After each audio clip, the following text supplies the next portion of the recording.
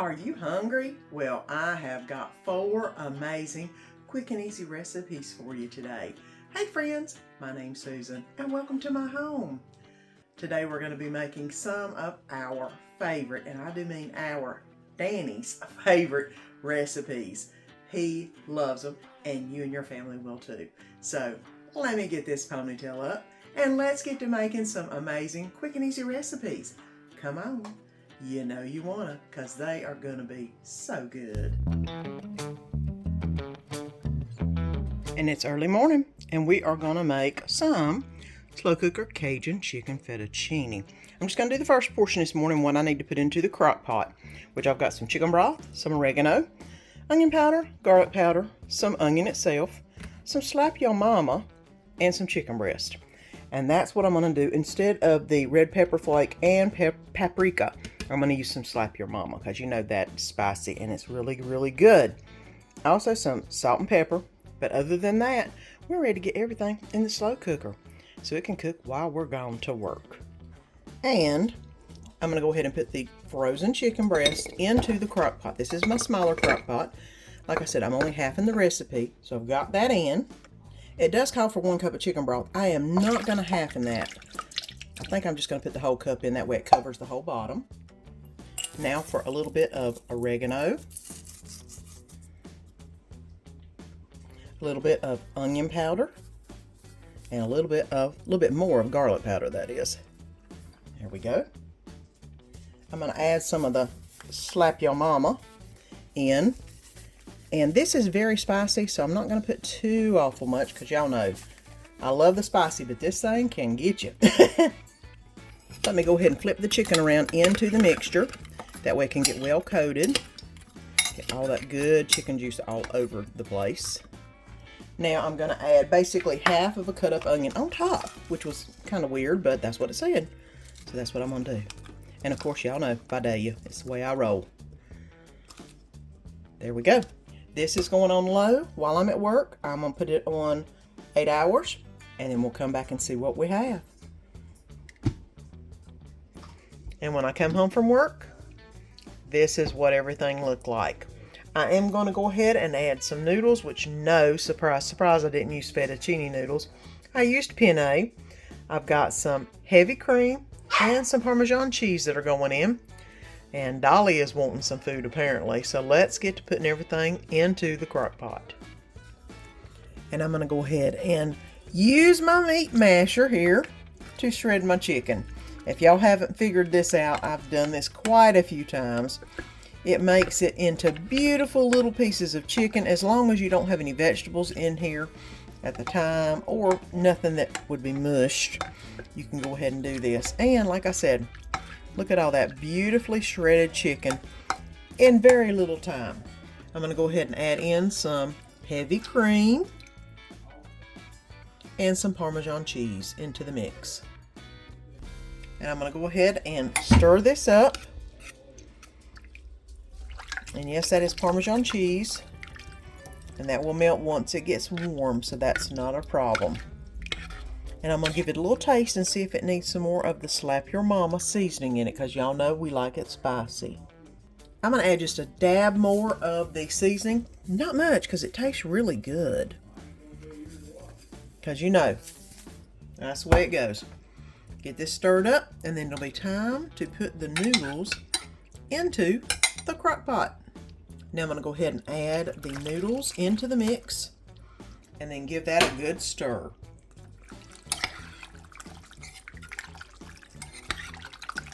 Look at all that chicken. It's not as thick as I would like it to be. It's more watery. Maybe I added a little bit too much chicken broth in, but I'm going to go ahead and put a little bit of a slurry in to see if that'll thicken things up, and let it stay on warm and bubble just a little bit and see if it thickens. And I've tried to thicken this up just a little bit, and it is still not as thick as I would have liked it.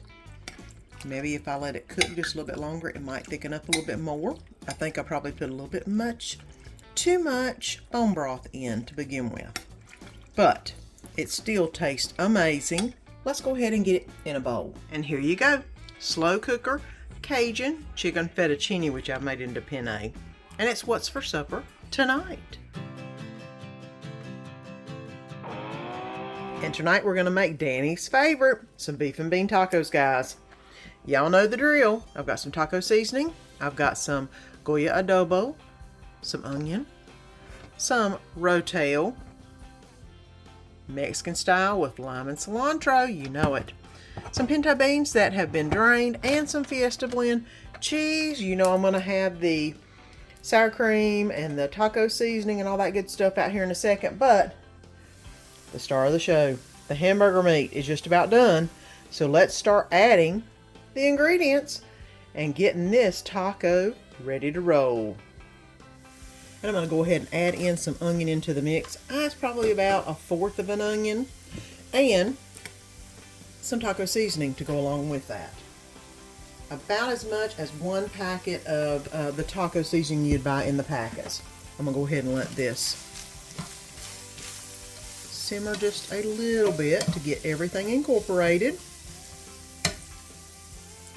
Now for the rest of this, and it is so easy, it's a dump and go. Rotel going in, and a can of pinto beans also going in. Like I said, these were drained, not necessarily rinsed and drained, but that's good. You can have a little bit of fluid in it, because that's what's going to make these, or this taco seasoning, adhere to all the other things. Is that little bit of fluid that was in there. So right now we have pretty much everything in the bowl. I do need to add the last ingredient, and that is the Goya adobo. And what I do is I just basically sprinkle it around the thing twice and then mix it in. And now this is ready to simmer for about 5 minutes. If you're enjoying this video, please give me a thumbs up and don't forget to subscribe so you don't miss any of the fun. And then it's ready for dinner. So let me go ahead and put the lid on and let this simmer on low for about 5 minutes. And I basically just let this on a low simmer till Danny got home. And now it's time to make some tacos. Let's get them loaded up. And y'all know the drill. A little bit of taco sauce.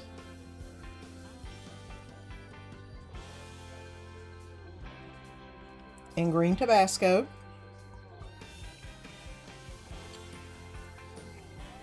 And a little bit of Cholula. You can always make your tacos however spicy you want them. We like them a little bit spicy. And of course a little sour cream to go on.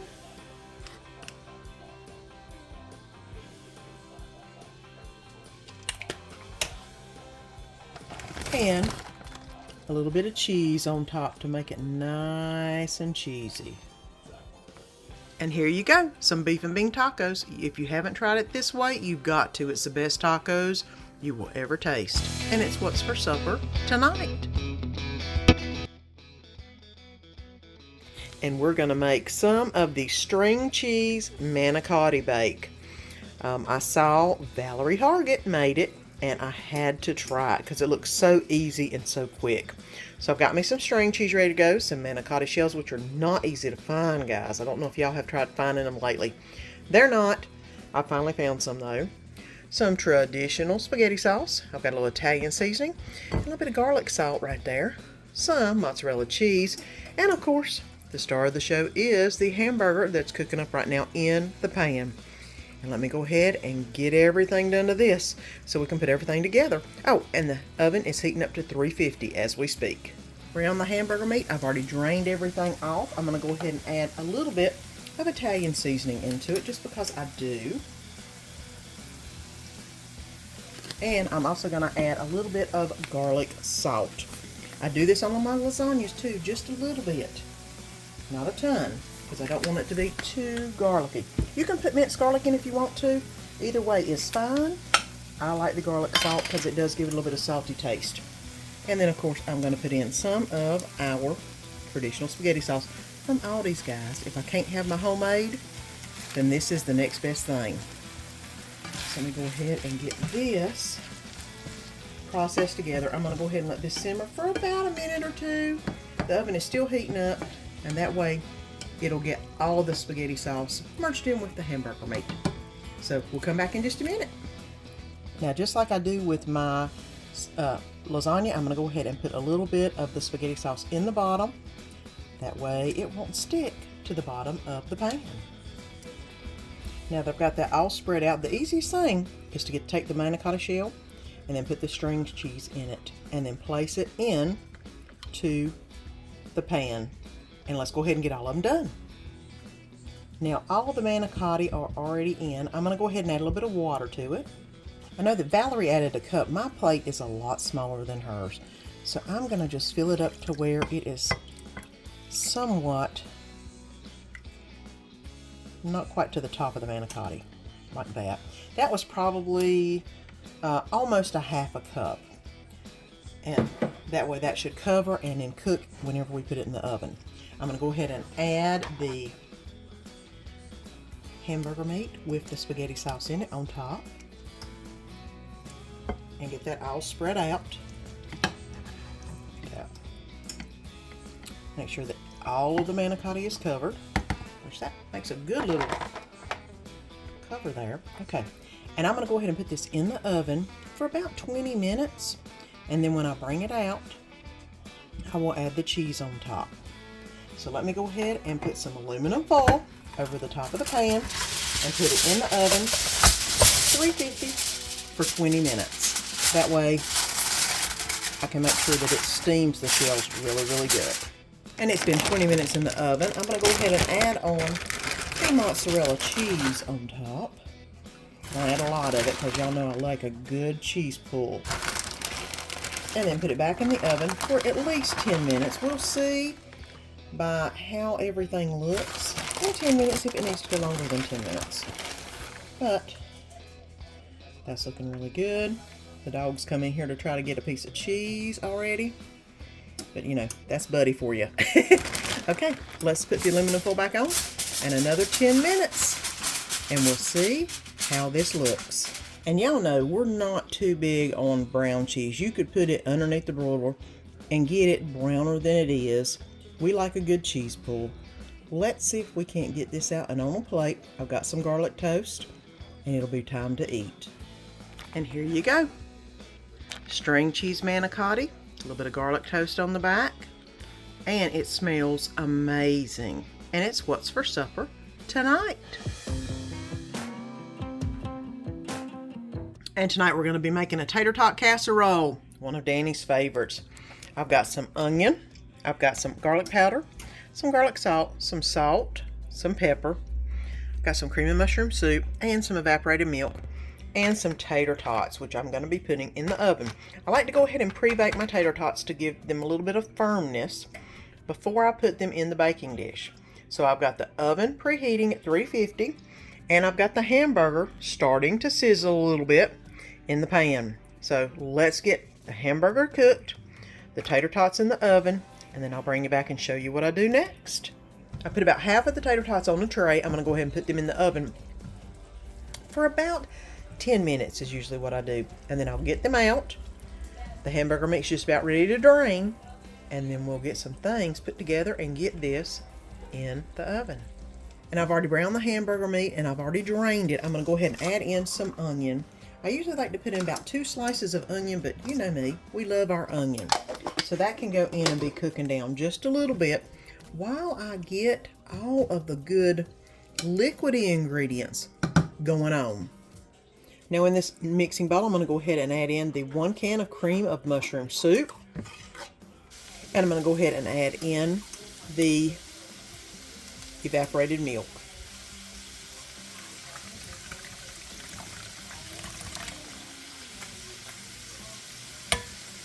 Now I'm going to go ahead and stir this around. Let me change that out to a whisk. This will do better. Now I do mine a little bit differently than most people because y'all know you do it the way your family likes it. Now I'm going to go ahead and add in about a ½ teaspoon of garlic salt in this, or eyeball it because y'all know we love some garlic, and about a 1/4 teaspoon of just some garlic powder. Not as much, just a little bit. That way we get a nice garlicky flavor to it because we love us some garlic. And we definitely love that in our tater tot casserole. Now I am going to go ahead and add a little bit of salt and a little bit of pepper. to this and get that mixed up. Now this is ready to get everything put together in the baking dish.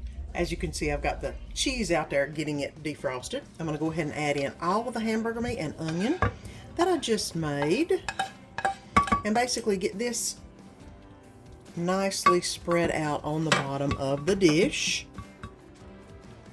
And I cooked this for about 10 minutes. They are not as crispy as I would have liked them, but they will do.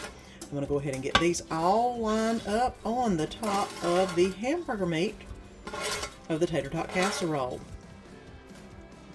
Now I've got all of my tater tots lined up decently well. I'm going to go ahead and pour the mixture that I made in the mixing bowl on top of the tater tot casserole.